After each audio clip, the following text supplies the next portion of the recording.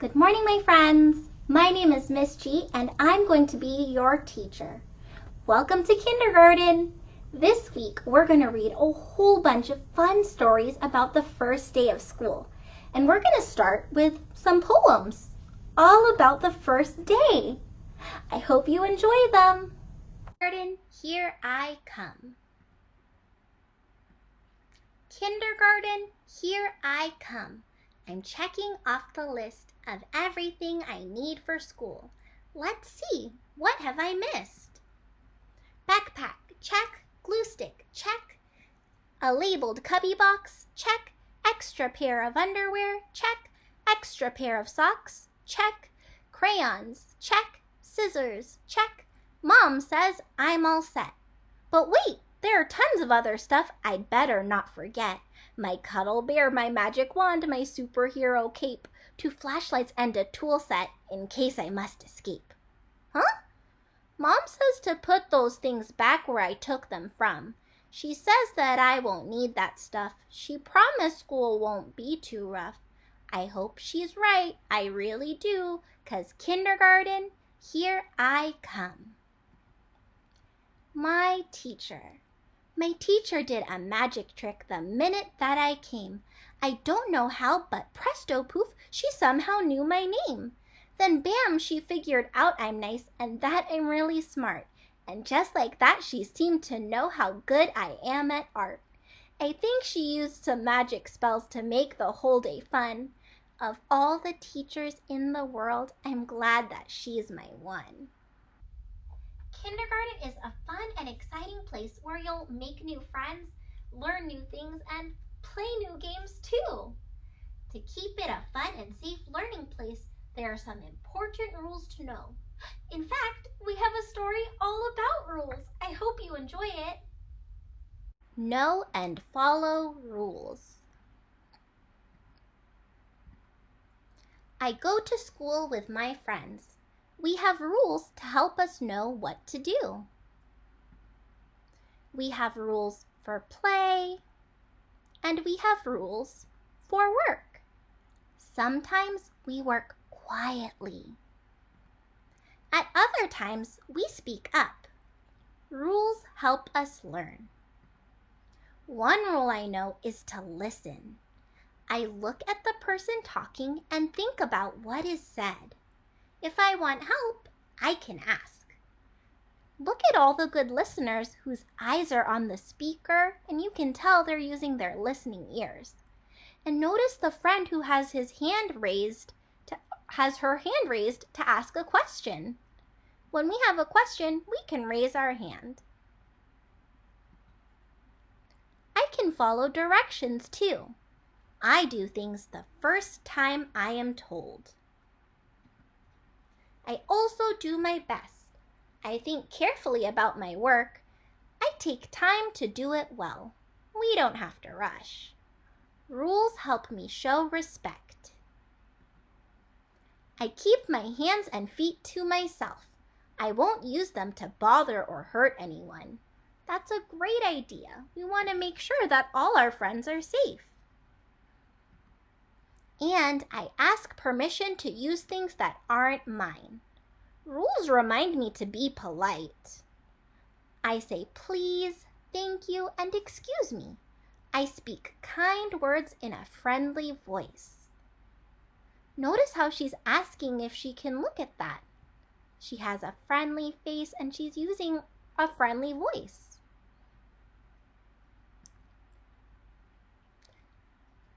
I can do things to help someone else. That's so nice. It looks like he dropped his things and she's helping him clean up. And he's sharing his book with her. What kind friends. Rules help make things fair for everyone. When I play games, I follow rules. I wait my turn. I let everyone use things because toys are for sharing. If there's a problem, I listen and talk about it or get help from a grown-up. Rules help keep everyone safe too. I walk in the hallway and I use things carefully. Each place I go has its own rules. When I know and follow rules, things usually work out well. When I follow rules by myself, I'm being responsible. I'm learning and staying safe. I'm showing respect. When we all know and follow rules, it helps us get along. All right, otters, get those fingers ready. We're going to do a fun finger play. It's called Open Them, Shut Them. Open them, shut them. Open them, shut them. Give your hands a clap. Open them, shut them. Open them, shut them. Place them in your lap. Walk them, way up to your chin. Walk them, but do not let them in. Let's try that one more time. Open them, shut them. Open them, shut them. Give your hands a clap. Open them, shut them. Open them, shut them. Place them in your lap.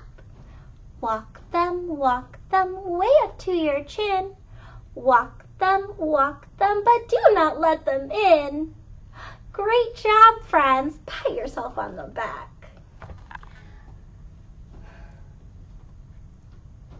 Hello again, my friends. I know school looks very different, and right now you're doing school with me through your computer, but someday you're going to get to come to the actual school. I know, it's so exciting. And so I want to read you a story about school's first day of school. I hope you enjoy it. School's first day of school. School's first day of school. That summer, they dug up the big field and poured the foundation and set brick on top of brick until they'd built a school. A sign above the door read, Frederick Douglass Elementary. That's a good name for me, thought the school. Most days, a man named Janitor came to mop the school and buff his floors and wash his windows. This is nice, the school said to Janitor. Just the two of us. Won't be just us for long, said Janitor. Soon the teachers will come and then you'll be filled with children. The school creaked. Children? All kinds of children. They'll come to play games and learn. Oh, said the school. Will you be here? You'll see me after the school day is over, said Janitor. Don't worry, you'll like the children. But the school thought that Janitor was probably wrong about that. Then they came. The children did, and there were more of them than the school could possibly have imagined. They got everywhere. They opened and closed all of his doors and lockers and drank water from his fountain and played on his jungle gym. So that's what that is for, thought the school. Some of the older kids gathered by the school's back fence and showed each other their bored faces.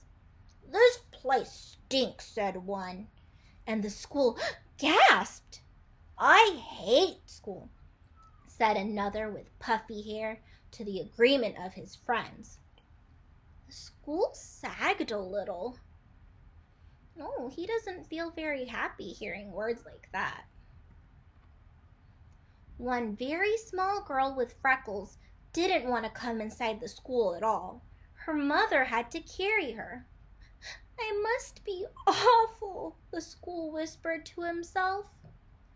Later, he squirted the puffy-haired kid in the face, but then felt bad about it afterward. He watched the kindergarten kids sit on one of his rugs. The teacher said, As we go around the circle, please tell us your name. There was an Aiden and a Max and a Bella and another Aiden and an Emma and a Caden and a Chloe. The small girl with freckles was next, but she wouldn't speak. She only stared at her shoes until the teacher moved on. "I don't like school," she whispered into her lap. Well, thought the school, maybe it doesn't like you either. The children were in their chairs, finally.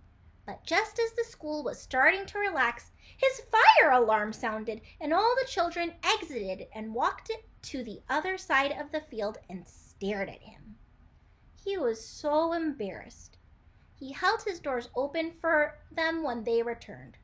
"Sorry," he said as the first child entered. "Sorry, sorry, sorry," he told them all, even the girl with the freckles. At 12 o'clock, the school was filled with food. At 12:30, the school was filled with garbage. At one table, a boy told a funny joke and another boy laughed so hard that milk came out of his nose. "Now I'm covered with nose milk," thought the school. He had to admit that it was a pretty funny joke, though. Even the girl with freckles liked it. After lunch, the kindergarten kids learned about shapes. "A rectangle has 4 sides," said the teacher. 1, 2, 3, 4. And a square has 4 sides too. In fact, a square is actually a special kind of rectangle. "Wow," said the school. "I did not know that." Afterward, the children made pictures with glitter and paste. The girl with freckles made a picture of the school. It looks just like me," thought the school, "except glittery. It's like she's known me all my life." "Do you think I could have your picture?" the teacher asked her. "Don't tell anyone, but I think it's the best." The school thought she was probably right about that. The freckled girl smiled when the teacher stuck her drawing onto the school wall with a pushpin. "Ouch," said the school, but he didn't mind, not really. At 3 o'clock, the parents came to pick up the children. At 3:30, janitor came to pick up the school. "I was full of kids," the school told him, "and I heard a joke, and I accidentally had a fire drill, but everyone was nice about it, and I listened to a classroom, and they learned about shapes." "You had a big day," said janitor. "Do you think," the school said, "do you think you could invite everyone to come back tomorrow, especially that little freckled girl?" Janitor nodded. "I'll see what I can do." Later, janitor sat on top of the school and they watched the sun go down. "In the beginning, I didn't know what I was," said the school. "I thought I was your house." "Nope," said janitor. I suppose some other place gets to be your house," the school added. Janitor nodded. "That's true, but you get to be a school. That's lucky." And the school thought he was probably right about that. All right, friends, before we read our next story, let's take a stretch break together. Ready? Let's go to everyone stand up. Oh, you gotta stand up. Okay, are you ready? 1, 2, 3, 4, 5, 6, 7, 8, 9, 10. Other side. 1, 2, 3, 4, 5, 6, 7, 8, 9, 10. Can you touch the ceiling? 1, 2, 3, 4, 5, 6, 7, 8, 9, 10. Great job, friends. Let's roll our shoulders back. 1, 2, 3, 4, 5, 6, 7, 8, 9, 10. And then get your wiggles all out. All right, friends, I think we're ready for our next story. I hope you enjoy it. Miss Bindergarten gets ready for kindergarten. Miss Bindergarten gets ready for kindergarten.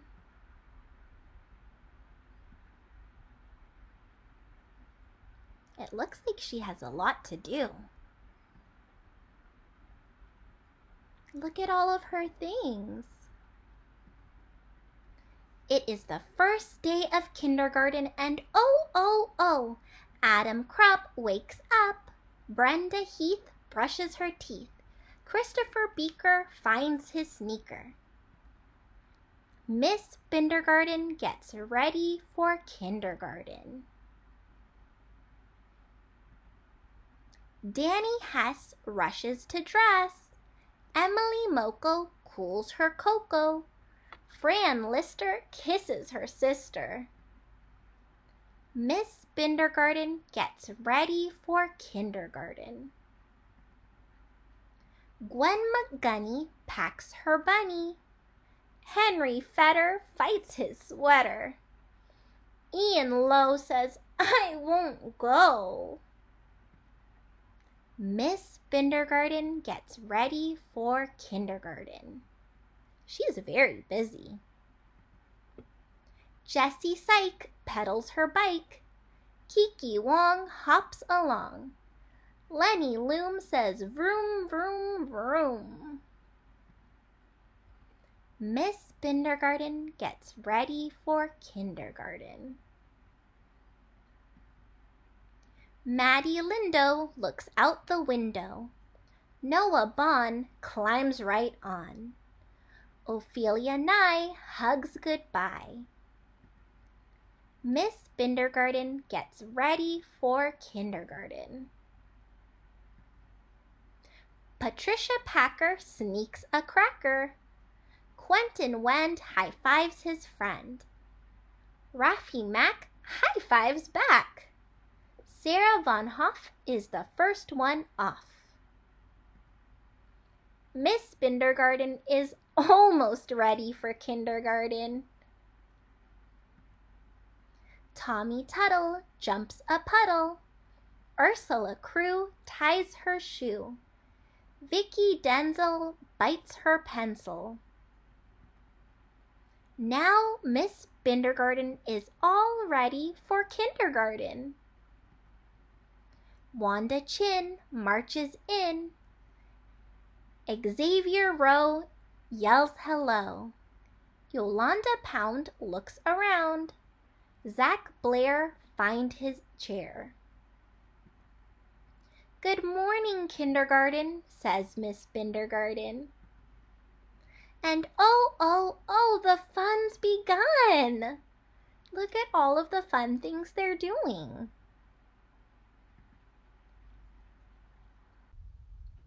We just read about Miss Bindergarten's class getting ready for kindergarten. This week, we'll be writing our own class book about how the Otter class gets ready for kindergarten. I want you to think about what things you did to get ready this morning. If I'm thinking about what I did, I would start from the very beginning. So let me start from the beginning. So first, Miss Chu was sleeping in her bed. And the first thing I did was I woke up. After I woke up, I went to the bathroom and brushed my teeth. Then I brushed my hair. Then I changed out of my pajamas and put on this dress. And when I was done with all that, I went to the kitchen and I made breakfast. So I grabbed some eggs and I put them in a pot and I boiled my eggs and I toasted a little bit of toast and then I ate. When I was done eating, I brought my dishes to the sink and I washed my dishes and then I was all ready for school. So Miss G went into her car and she drove to school. What things did you do to get ready this morning?